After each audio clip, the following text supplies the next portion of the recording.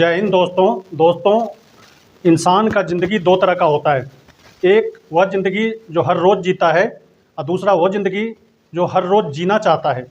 तो दूसरे ज़िंदगी के क्रम में जो हम हर रोज़ जीना चाहते हैं उसके लिए मेहनत लगती है और उसी मेहनत के क्रम में आज हम सीखेंगे अनुपात और समानुपात। तो आज देखते हैं हम अनुपात और समानुपात क्या होता है। तो अनुपात किसको कहेंगे और समानुपात किसको कहेंगे ये सीखेंगे। अनुपात आपने नाम सुना होगा और समानुपात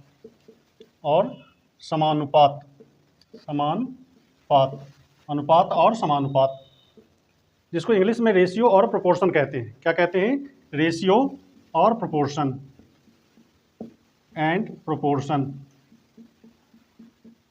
रेशियो और प्रोपोर्शन ये क्या होता है? तो सबसे पहले हमें समझना है रेशियो किसको कहेंगे। रेशियो जब दो नंबर को कंपेयर करते हैं, जब दो नंबर को तुलना करते हैं तो उसे क्या कहते हैं? रेशियो कहते हैं। दो संख्याओं का रेशियो कहते हैं। जैसे ए कोई संख्या है और बी कोई संख्या है, दोनों को तुलना करते हैं तो ए अपॉन बी, ऐसे तुलनात्मक अध्ययन करते हैं तो उसको क्या कहते हैं? रेशियो कहते हैं। इसको लिखा जाता है ए अनुपात बी, यानी इसी को रेशियो कहते हैं। जब दो संख्याओं को क्या करते हैं? तुलना करते हैं तो उसको हम क्या कहते हैं? अनुपात कहते हैं। तो आप इसको देखें, रेशियो किसको कहेंगे? दो संख्याओं को जब तुलना करते हैं तो उसको हम क्या कहते हैं? रेशियो कहते हैं। जैसे ए और बी कोई दो संख्या है, इसको तुलना करेंगे तो ए अपॉन बी यानी ए इज टू बी, ए अनुपात बी पढ़ते हैं, या इसको ऐसे भी पढ़ सकते हैं ए इज टू बी। और समानुपात क्या होता है? तो समानुपात उसको कहेंगे जब दो रेशियो को तुलना करेंगे। किसको करेंगे? दो रेशियो को तुलना करेंगे तो उसको क्या कहते हैं? समानुपात कहते हैं। और दो जब संख्या को तुलना करते हैं तो उसको रेशियो कहते हैं। और समानुपात किसको कहते हैं? समानुपात जब दो अनुपात को तुलना करते हैं, दो रेशियोज को तुलना करते हैं, जब ए बाई बी प्रोपोर्शन का चिन्ह ऐसे होता है सी अपॉन डी, इसको समानुपात कहेंगे। ए अनुपात बी समानुपात सी अनुपात डी, यानी दो रेशियो को आपस में तुलना किया गया है। एक रेशियो हो गया आपका ये ए अनुपात बी, दूसरा क्या हो गया? सी अनुपात डी, यानी ए बाई बी को सी बाई डी के साथ तुलना करते हैं। ऐसी स्थिति में क्या कहते हैं? समानुपात कहते हैं। जब दो अनुपात को आपस में तुलना करते हैं समानुपात बनता है ए अनुपात बी समानुपात सी अनुपात डी। अब हम देखेंगे तरह तरह के अनुपात को, जैसे मध्या अनुपात, तृतीय अनुपात, चतुर्थ अनुपात, ये चीज़ सीखेंगे। तो इसको आप नोट कर लीजिए और समझिए। समझ में आ रहा हो तो वीडियो को शेयर करना, अपने दोस्तों में आगे बढ़ाना। हम देखते हैं टाइप्स ऑफ समानुपात। इसमें देखिए मध्यानुपाती, आपसे पेपर में पूछता है मध्य अनुपाती निकालो, तृतीय समानुपात, चतुर्थ समानुपात या समानुपाती, जो भी इस तरह से पूछा जाएगा आपसे। तो दो संख्या है ए और बी, इसका मध्यानुपात पूछेगा। मध्यानुपात क्या होगा? तो दो संख्या का मध्यानुपात होता है। मध्यानुपात कुछ नहीं करना, रूट अंडर ए बी, दोनों संख्या को गुना करके वर्गमूल निकाल देना है। मध्यानुपात निकालने के लिए क्या करना है? दो संख्या दिया हुआ रहेगा, उसको आपस में गुना करके वर्गमूल निकाल देना है, स्क्वायर रूट निकाल देना है, मध्यानुपात निकल जाएगा आपका। फिर कहता है तृतीय समानुपाती। तृतीय समानुपाती का मतलब ए इज टू बी समानुपात बी इज टू, यहाँ पे तीसरा पूछ रहा है तो कुछ मान लेते हैं एक्स, तो इसको लिख सकते हैं एक्स, यानी तृतीय समानुपात बराबर हो जाएगा, पहले को चौथे से गुना करते हैं, दूसरे को तीसरे से, यानी बी स्क्वायर अपॉन क्या हो जाएगा? ए, यानी तृतीय समानुपात बराबर हो जाएगा बी स्क्वायर अपॉन ए। याद रखेंगे, इसको स्क्वायर करके ए से डिवाइड कर देना है, तृतीय समानुपात निकलेगा। और चौथा पूछेगा चतुर्थ समानुपात निकालने के लिए, तो इसको लिखेंगे ए इज टू बी समानुपात B is to C is to X. क्या लिखेंगे? C is to X. A is to B proportion C is to X, यानी दूसरे को तीसरे से और पहले को चौथे से गुना करते हैं, यानी एक्स बराबर बी गुने सी अपॉन ए, यानी एक्स जो हो गया यहाँ पर हमारा चतुर्थ समानुपात हो गया, यहाँ पर जो x हो गया वो हमारा तृतीय समानुपात हो गया। तो तृतीय समानुपात पूछेगा तो दूसरे तीसरे मतलब बी को गुना करेंगे, दूसरे नंबर को स्क्वायर करके उसमें पहले से डिवाइड कर देंगे, तीसरा समानुपात निकलेगा। और चौथा समानुपात निकालने के लिए बी गुने सी अपॉन ए करते हैं तो चतुर्थ समानुपात निकलेगा। तो ये तीन तरह के समानुपात आपसे पूछा जाएगा मध्यानुपात निकालने के लिए, मतलब मीन निकालने के लिए पूछेगा। दूसरा पूछेगा तृतीय समानुपात और चतुर्थ समानुपात। इस पर हम क्वेश्चन देखेंगे, एक एक करके आप बनाइए और इस तरह के सवाल को आप बना लेंगे। रेलवे ग्रुप डी में, एमटीएस में, एसएससी जीडी में इस तरह के क्वेश्चन एक रहता है, तो आप इसको आज सीख जाइए।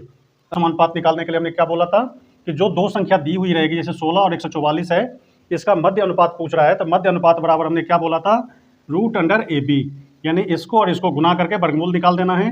तो 16 को 144 से गुना करेंगे और इसका वर्गमूल निकालेंगे। तब देखो यहाँ पर 16 का वर्गमूल कितना हो जाएगा 4, 144 का कितना हो जाएगा 12, यानी 12 को 4 से गुना करेंगे तो कितना बनेगा 48। तो आपका आंसर क्या हो जाएगा सी, यानी मध्य समानुपाती इसका क्या होगा 48। ऑप्शन क्या हो जाएगा सी। तो इस तरह के क्वेश्चन आप बड़ी आसानी से बना लेंगे। सिर्फ 3 ही चीज़ याद रखना है, मध्य अनुपात, तृतीय अनुपात और चतुर्थ अनुपात। यही पूछेगा आपसे, चतुर्थ समानुपाती, मध्य समानुपाती और तृतीय समानुपाती। तो मध्य समानुपाती निकालने का जो सूत्र आपका है, यानी इसको ज्योमेट्रिक मीन भी कहते हैं, तो रूट अंडर ए बी दोनों को गुना करके क्या निकाल देना है, वर्गमूल निकाल देना है। एक इसी तरह का और क्वेश्चन देखते हैं। इस क्वेश्चन को पढ़िए। कहता है 6 और 54, 6 and 54 का मध्य समानुपाती 15 से कितना अधिक है। क्या पूछ रहा है कि 6 और 54 का मध्य समानुपाती 15 से कितना अधिक है। तो देखो कि सबसे पहले तो मध्य समानुपाती निकालेंगे। तो मध्य समानुपाती निकालने के लिए क्या बोला था, A B, root under A B. तो हमारा ए कितना हो गया 6 गुने 54। अब देखो इसको गुना करके हमें क्या निकालना है, स्क्वायर रूट निकालना है। तो आप इसको कैसे कर सकते हैं पता है कि 6 को तो 6 लिखो, 54 में 6 गुने 9 आप लिख सकते हैं, 9 छक्के 54। 2 6 में से एक 6 निकाल लेते हैं तो स्क्वायर रूट बन जाता है, मतलब 6 का स्क्वायर है ये, तो एक 6 निकाल लिया। और 9 का वर्गमूल कितना हो गया 3, तो कितना बना 18। तो क्या ये हमारा आंसर है, इसमें ऑप्शन में नहीं है। हमें यहाँ पर पूछ रहा है कि 15 से कितना अधिक है। तो मध्य समानुपाती हमारा कितना निकला 18। 18 से कितना, 18 कितना ज़्यादा है 15 से, तो 15 से कितना ज़्यादा है तो 3 ज़्यादा है। तो यहाँ पर आंसर क्या हो जाएगा 3 आंसर हो जाएगा। मध्य समानुपाती हमारा 18 आया, पूछ रहा है कि 15 से कितना ज़्यादा होगा, तो 15 से कितना ज़्यादा होगा तो 3 ज़्यादा होगा। हमारा आंसर क्या हो गया 3, ए आंसर हमारा सही हो गया। इस तरह अगला क्वेश्चन एक देखते हैं। इसमें पूछा जा रहा है कि 15 और 120 का तृतीय समानुपात निकालें। तो तृतीय समानुपात निकालने के लिए हमने क्या फॉर्मूला बताया कि बी स्क्वायर अपॉन ए। इसको ए मानो, इसको बी मानो, तो बी स्क्वायर अपॉन ए। ये कैसे आया था तो अभी बताया था मैंने, ए इज टू बी समानुपात बी इज टू एक्स, यानी दूसरे को तीसरे से, पहले को चौथे से। एक्स बराबर हमने लिखा था बी स्क्वायर अपॉन ए। इसी में वैल्यू डालो आप, तो 120 का स्क्वायर 120 गुने 120 अपॉन कितना 15, 15 से काटो, 15 से काटोगे 15 अट्ठे 120, 12 अट्ठे 96, 960। तो हमारा आंसर क्या हो जाएगा 960, बी आंसर हो जाएगा। तो याद रखना तृतीय समानुपात पूछे, ए को बी से, फिर बी को सी से, यानी एक्स से, कोई तीसरे नंबर से करना है। वही तीसरा नंबर पूछा जा रहा है कि यहाँ पर क्या आएगा, तो तृतीय समानुपात हो जाएगा बी स्क्वायर अपॉन ए। याद रखना ये फॉर्मूला तृतीय समानुपात का बी स्क्वायर अपॉन ए, यानी दूसरे नंबर का स्क्वायर में पहले नंबर से डिवाइड करना है। एक क्वेश्चन और देखते हैं इसी पर, आप बना के बताइए। इस क्वेश्चन में देखिए कहता है 1.4, 8.4 और 2.2, 4.2 का चतुर्थ समानुपाती निकालें। क्या निकालना है इसमें, चतुर्थ समानुपाती। तो चतुर्थ समानुपाती निकालने के लिए हमने बोला था b गुने सी, यानी दूसरे को तीसरे से गुना करके पहले से डिवाइड करना है। यानी इसको हम क्या कर सकते हैं कि दूसरे को तीसरे से गुना करके पहले से डिवाइड करें तो हमारा चतुर्थ समानुपाती निकल जाएगा। कंसेप्ट क्या है, a इज टू बी समानुपात b is to c is to X. यहाँ पर क्या करेंगे c इज टू एक्स, तो चतुर्थ समानुपाती हमारा x निकलेगा। यानी पहले को चौथे से गुना करते हैं, दूसरे को तीसरे से, तो b गुने सी अपॉन यहाँ पर क्या आ जाएगा a आ जाएगा। तो b कितना है हमारा 8.4 और c कितना है हमारा 4.2 अपॉन a, पहला वाला a तो 1.4। समझने के लिए आप कर सकते हो इसको a, इसको b, इसको c कर सकते हो। तो अब यहाँ पर ये पॉइंट से पॉइंट हटाओ, 14 तिया 42, 14 तिया 42। अब 8.4 को 3 से गुना करेंगे तो 25.2 आएगा। हमारा आंसर क्या हो जाएगा, सी आंसर हमारा सही हो जाएगा।